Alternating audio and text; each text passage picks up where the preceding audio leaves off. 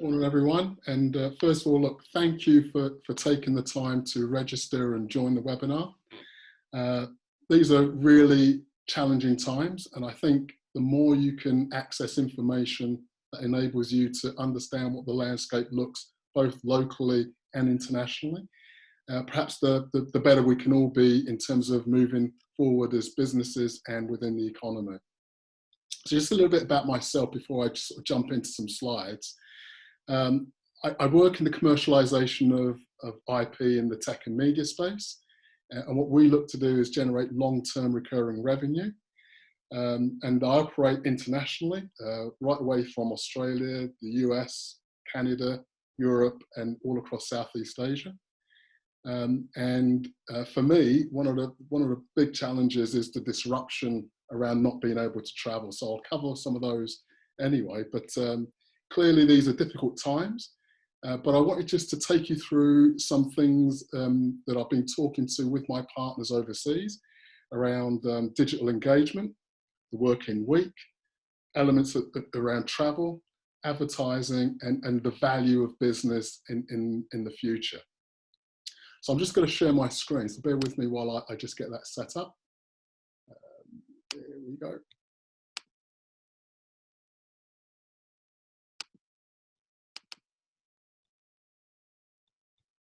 And I'll get started. So just so that you know, clearly where we are now is really around understanding the local environment and the fact that, you know, we had an announcement yesterday about moving to level 3 next week.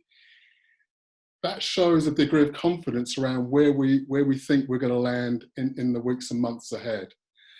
One of the things that I've seen more recently is one of the surveys from the Global Web Index, which is a survey of 17 countries, of which New Zealand is one of them. This survey was done between 31st of March and the 2nd of April. And it just shows the level of optimism that New Zealanders have about how they're going to overcome COVID-19. What's interesting to note is how we see the rest of the world. Clearly, there are going to be some challenges in how we see the rest of the world overcoming the virus in the weeks and months ahead. Another part of this particular research highlights, again, the timeline for how long we think this outbreak will last. Clearly within New Zealand, you know, 50% of people think this is going to last almost 6 months. But it's the impression that we have with the overseas market that I think is quite a bit of a challenge. So nearly 90% of people think this outbreak is going to last well beyond 6 months in the overseas market. And that's quite a challenging and sobering thought, and something that I think we're going to need to get our heads around and move our mindsets to prepare for a recovery phase. So I want to quickly jump into digital tools, really. I mean, I've been working in the international environment for a number of years, and I've been using Zoom, in fact, for nearly 3 years. It's something that we're all getting used to, and it's becoming the new normal. And the fact that you're listening to this webinar, it's becoming something that's become part of our working experience. And I think one of the things that internationally you might just want to be aware of is that I'm hearing from my colleagues overseas that some of these communication platforms are looking to integrate Google Translate into their service, which means that you'll then be able to have a conversation with someone in, say, Italy or China, and have the Google translation actually provide a service so they can hear that translation and that in reverse. So you can see that these tools are going to become more and more effective in an international environment. I think contactless payment, there's a whole range of things that we've seen in our own digital experiences more recently through COVID-19 that will become more normal, particularly overseas. So every time I travel now, you know, I very rarely take cash. It's all cashless payments. And again, what we're beginning to see is new areas such as telehealth. So the screen on the top right up here. Telehealth is something that we're seeing obviously being used now by clinicians. And I think the thing to think about there is how 5G will have an impact on how those types of communication will operate, particularly as it allows then for doctors to perhaps perform surgeries remotely using mobile and online platforms. Many of you will have kids that are sort of knocking about in your homes during this period, and you're all accessing those online learning tools. You know, the younger generation, the generation Alpha, which is the kids born from 2010 onwards, they're going to be living in a world where online education will just be part of what they access. We already go to YouTube to access a whole bunch of information around instructions and information. It's just going to become part of that learning environment. But consequently, it's going to be quite disruptive. So if you imagine how universities are operating with distance learning, that's going to change the nature of how we engage and will have impacts on how we work and export some of this information and this technology and our skill sets. And then finally, really, around DocuSign, you know, there are a whole bunch of, and there's, you know, there's too many to mention in this session. There are a whole bunch of different types of platforms that enable you to execute legal transactions and other types of transactions.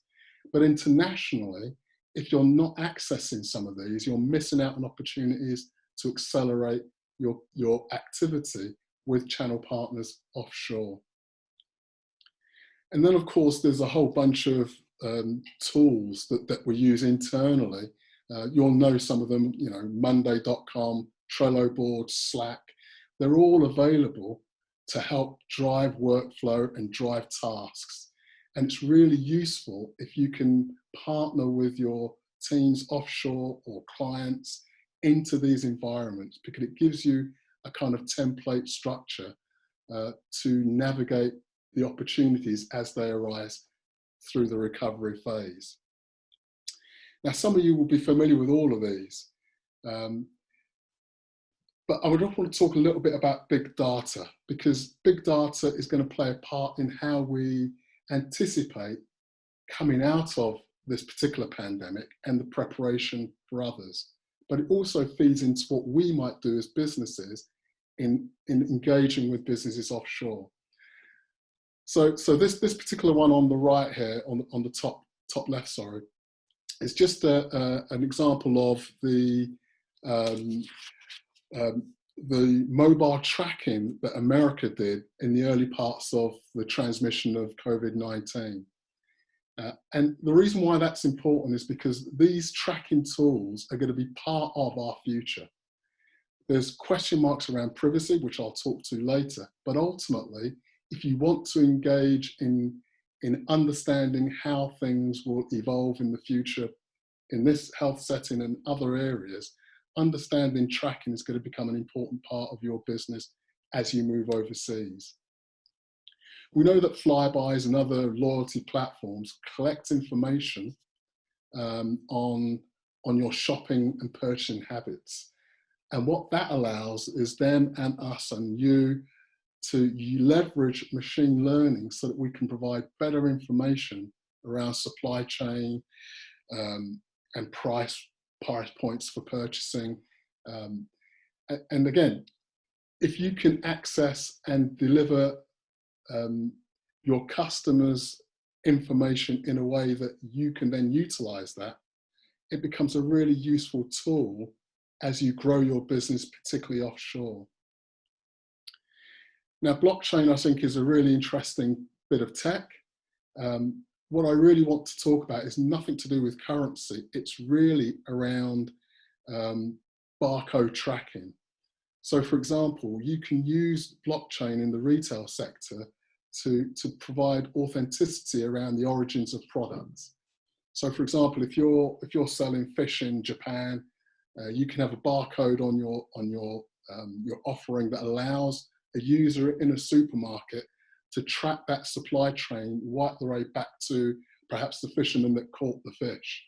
And that gives New Zealanders a really unique offering, because they're able to show the world using this technology that their goods are from here and they're sourced here and they're delivered in a timely manner to the consumer.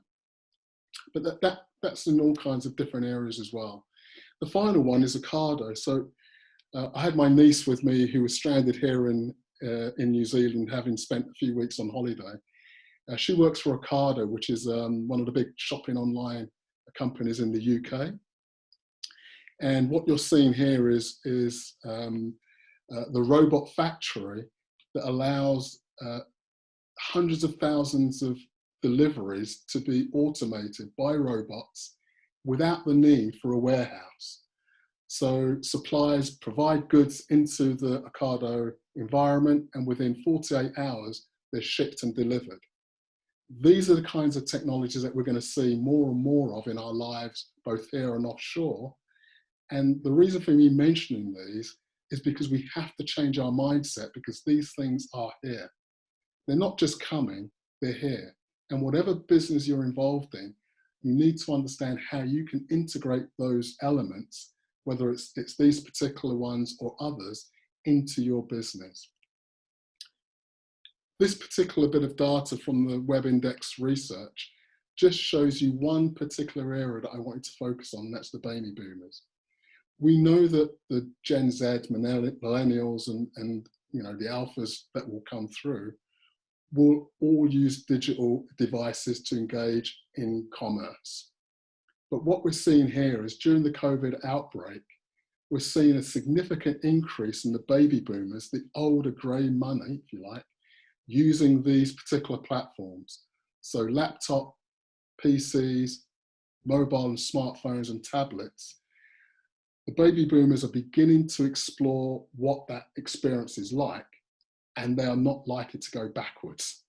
It's going to be something that they will continue to do. So again, whatever business you're in, you need to understand that the opportunity around providing your services and your goods through these digital environments will continue to be an opportunity both here and overseas.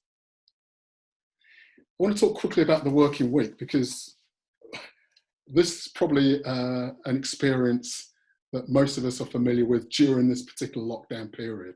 It's been my experience for probably 10 years. When you work internationally, I'm up early to do the UK environment.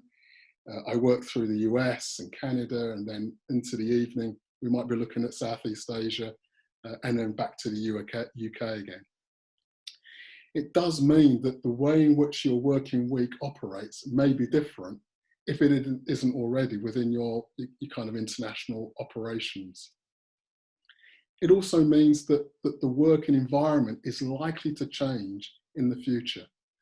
So I think that what's happening with COVID will change the nature of how we see the CBD, the office space, the retail environment. And I think it's going to be similar to what malls did to the high street. Digital technology will create different types of hubs between here and our partners, either here or offshore, that reduce the need to have full-time permanent office space. And I think you'll see different types of opportunities come up, and the reuse of these types of spaces as we move forward. And again, when I travel overseas, I very rarely go to people's offices. You end up in little hubs where you come together to do business and then you move away. And working agilely, this is really important. Agile teams are often synonymous with software developers. They run 2-week sprints where they have a complex problem, they break it down, they provide a solution, they prototype, they have tight feedback loops, and they integrate that into their processes. Well, we're going to see more and more of this agile working as a result of coming out of COVID-19 in the workplace. It will just mean that teams will work differently. They'll break down, and they'll have different methods of delivering outcomes and performance. Now, particularly offshore, what you'll see is the flexible arrangements that will come as a result of something like COVID-19 will mean that we will have to be flexible with their time zones.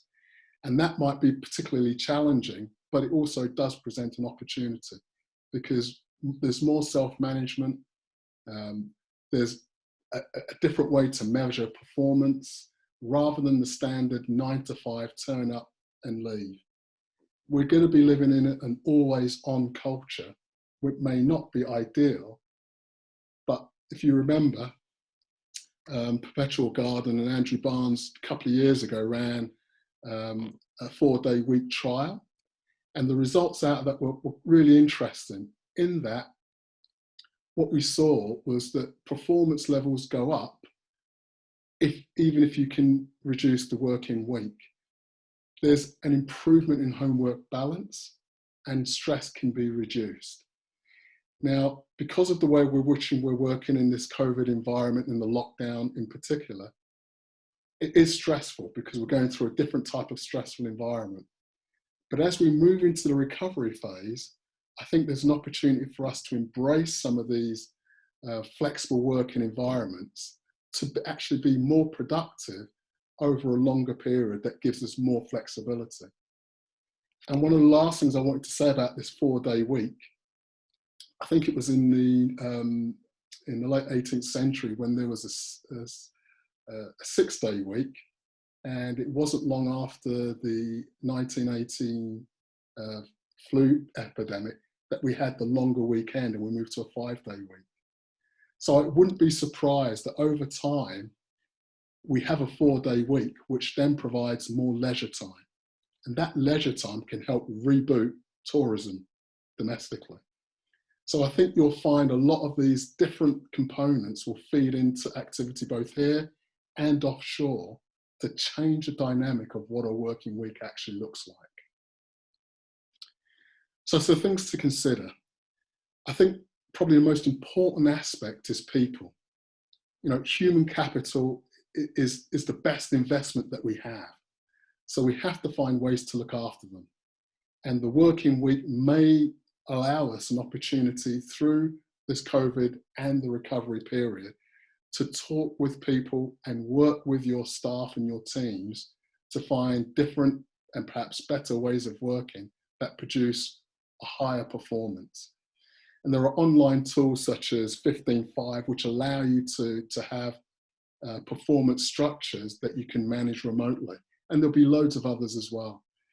So if you're investing in the training and support of your team and engaging in conversation, when you start to work internationally, you will find that slightly easier to adapt because you're using the Agile framework to move forward. So what about travel? Well, let's be honest, it's going to be a challenge. Again, the recent data is showing that if you look at the New Zealand numbers here, over 50% of people think it's going to last more than 6 months. That's not insignificant. You know, that's taken us well into October and probably into next year before we see a return to some kind of normal lifestyle, let alone traveling. I think ultimately with travel, what we're looking at is some kind of immunity certificate. I don't think you're going to be able to travel and experience overseas business engagement without some kind of immunity passport that allows you to travel from point A to point B and stay and do business in that environment. I think you'll also see an uptake in biometric activity. So for example, you know, obviously here in New Zealand, we're talking about introducing an app that will allow contact tracing. I'm pretty confident that once we start traveling, when you turn up into a country, whether it's in Asia or the US or Europe, you may well be asked to sign up to some kind of app or biometric tool that enables that country to track your movements while we don't have a vaccine, and potentially even after we have a vaccine. It's going to change the way you experience travel. There's no doubts about that. Just in the same way that 9/11 had an impact on how we transferred from country to country and the increased security risks, I think we're going to see the same thing here. And travel insurance is also going to become particularly problematic in the sense that you won't get cover for a pandemic or pandemic related activity. And so they may insist on also having some kind of immunity certificate or biometric element in order for you to travel and be in a particular country for any length of time. So this is going to be the new normal. You know, when you go to an airport in 6-9 months from now, you're going to be wearing a mask. You're probably going to be queuing for a whole lot longer. You may need to get a temperature check on arrival, even a medical check on arrival. You could spend maybe 5-6 hours at an airport going through the process of getting from A to B, and even on arrival, you will have to go through similar processes again. And you'll have to give up some of your personal data and information in order to be tracked. Now, I'm not saying this is going to happen, but I suspect it's the kind of rules that are going to be in place in order for people to move across to different parts of the globe. So your networks become really, really important, both now and in the future. So there are a whole bunch of different agencies. Kia is one agency that has New Zealanders working offshore. Some of those are being repatriated here, but still have their contacts and relationships offshore. There's obviously NZTE, you've got your LinkedIn. There are all different types of agencies and platforms that allow you to engage with people offshore. And you've got to start engaging with it early in order to get the insights and information you need locally in order to operate and plan. I think currency is going to be fluctuating. So, you know, on a commercial sense, you need to work with your CFOs and your accountants and your partners to understand how that fluctuation will appear over time. Because when it comes to sending goods by freight, air freight is more or less gone. It's way too expensive at the moment because we don't have the volume. And so if you're going by shipping, that takes time, and there'll be currency fluctuations that may impact on your ability to generate revenue long term. So planning around that becomes really important. I'd also add in the real need now that if you've got them, really cherish your local distributors and your channel partners. They are your key.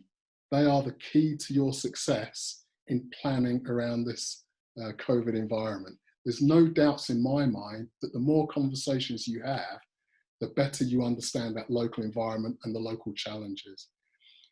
And so even if there's not activity happening now, you still need to be having those conversations. You still need to be pushing through all of the different barriers that you foresee and working in partnership to overcome some of those as we move forward. And then finally, what I want to say is about confidence. So there will come a point where travel, international travel, will begin to come back online. I would recommend that you start booking flights. You can still change them. I think the airlines will be flexible enough to give you some offers and some changes, but start thinking about what it might be like to travel, what you might need to engage with.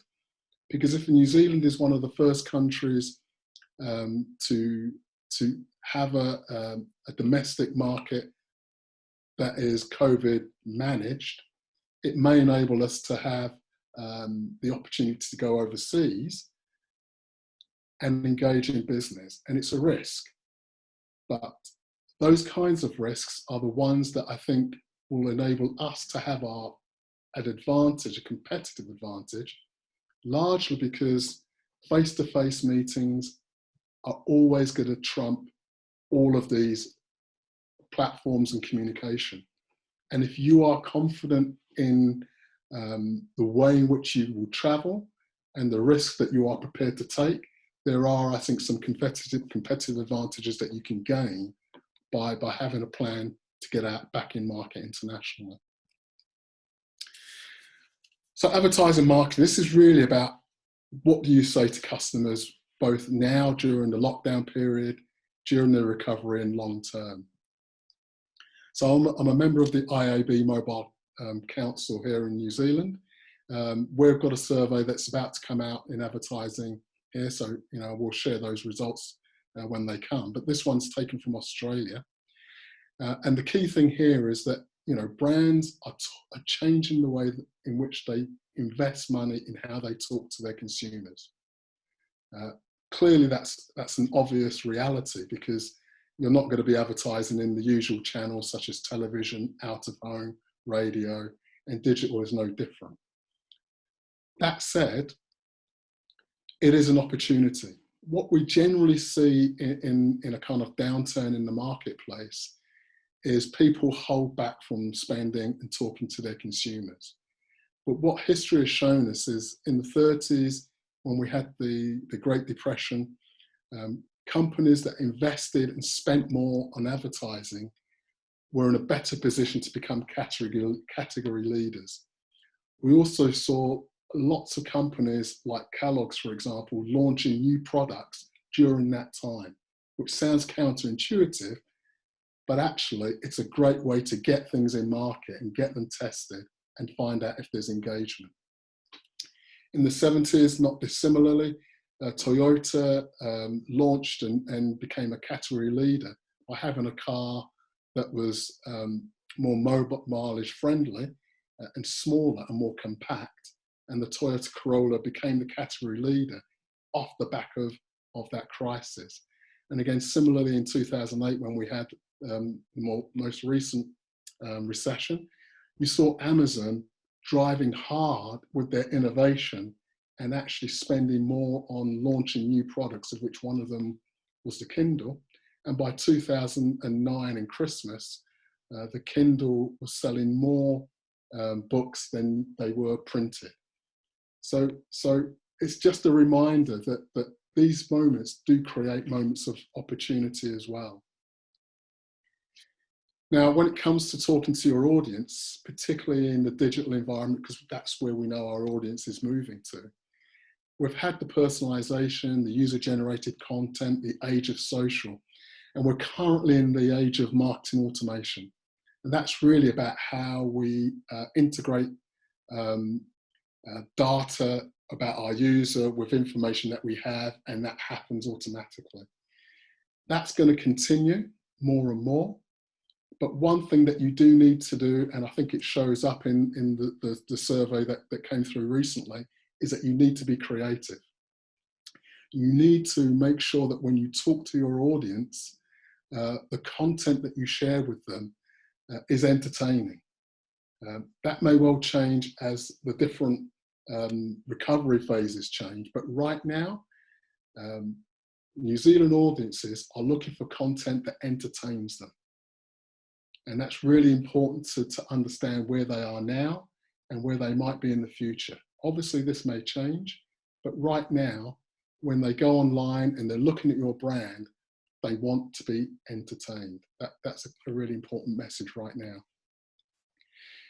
So when it comes to your brand, clearly there are some things that I think most brands that are successful cling on to. If you want to generate stories and content, it's good to have your brand that's synonymous with activity where you can generate content. You need to become a niche in your area and own it.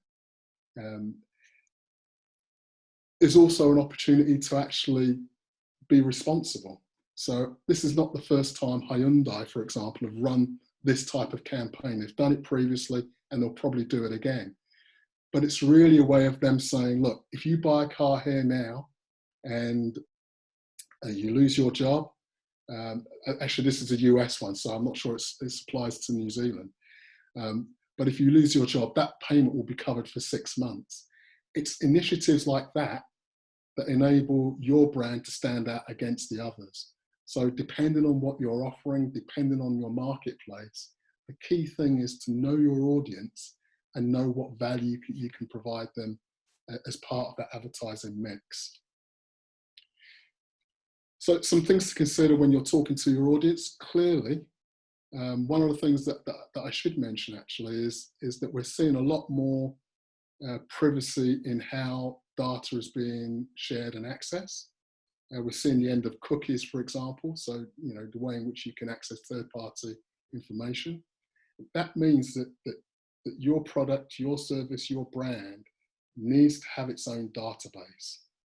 You need to have your own way of generating your community so that you can talk to them and engage and share your expertise and knowledge and showcase your products and services with your community that you own. And you need to develop a strategy to talk to them regularly.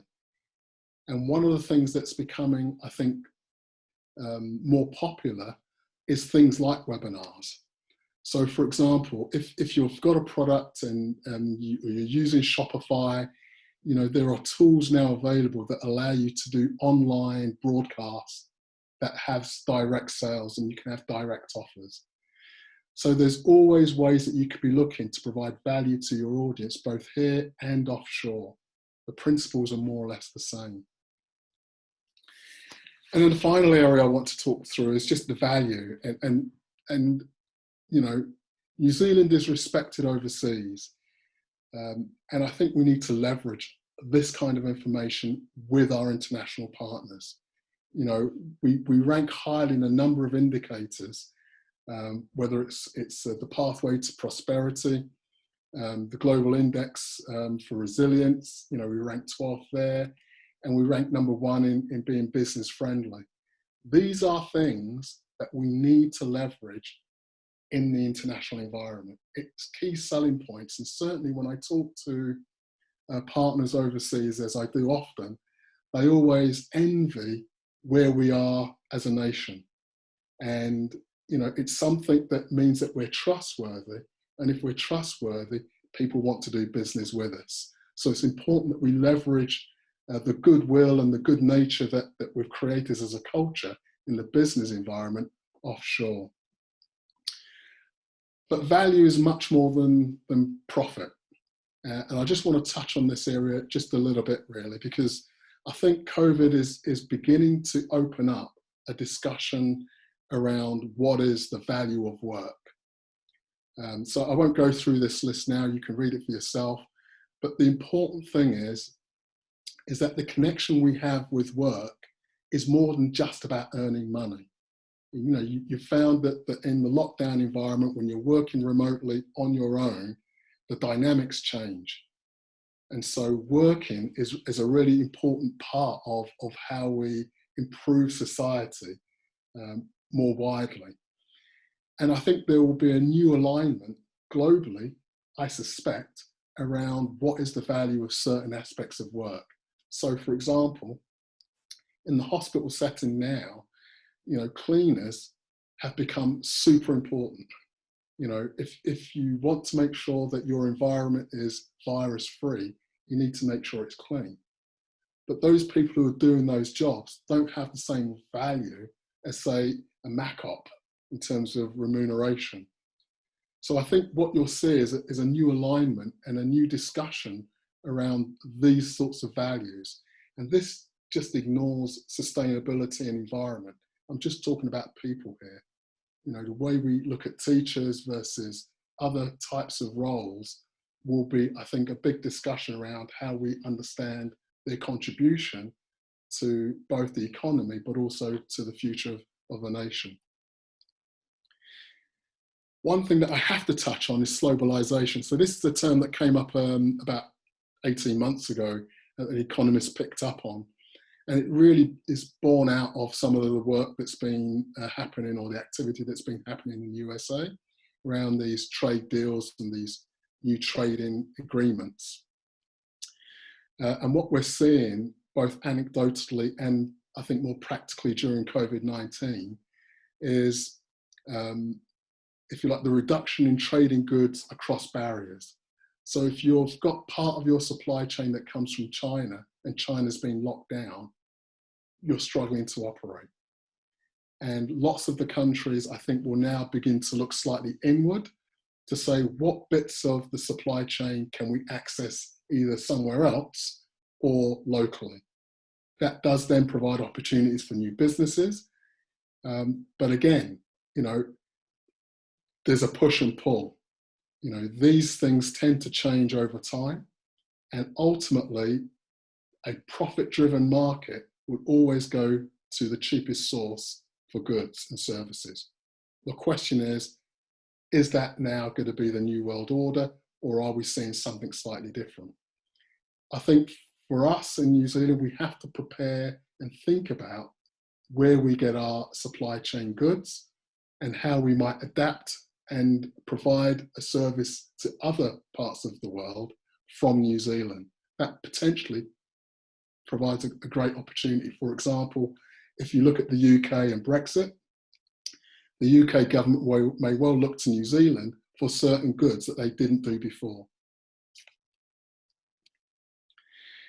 And I think we're going to have innovation on steroids, frankly. I don't know, if you go back and look at any kind of recessional period, what you have is great periods of innovation. And innovation is going to be the fuel that will help drive some of the changes that we've talked about earlier. I've just picked chairs here because everybody is sitting down in a different room, in a different chair probably.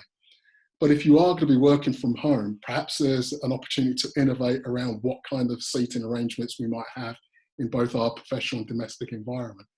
But there'll be thousands and thousands of others. And I think the two things that need to go hand in hand is, one is investment. And obviously Icehouse Ventures here is one of those sources of investment. But we need to increase the access to real capital to help with this innovation phase, but also R&D. We need to have access to both those in order to leverage the opportunity that this particular moment will have for New Zealand on the international stage.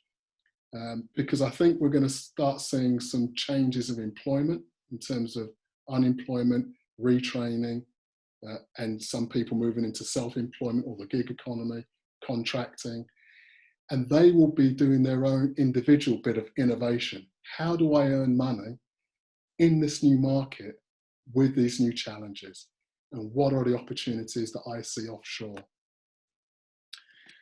And then finally, really, it's around governance. So, irrespective of the size of your organization, you need to bring new voices into your room to help governance around the future.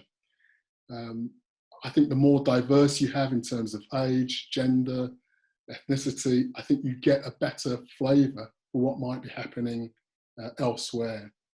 So my recommendation here is to make sure that your governance reflects the new environment that you're looking to enter. Otherwise, you're going to spend as much time trying to explain why you're doing something as opposed to being supportive to do something. So in summary, really, in order to survive and thrive through this period and into the recovery, it's really about investing in the new digital tools. Some of you are already doing that, but you'll probably need to do it more. You certainly need to invest in people, because people are the greatest asset we have both here and offshore.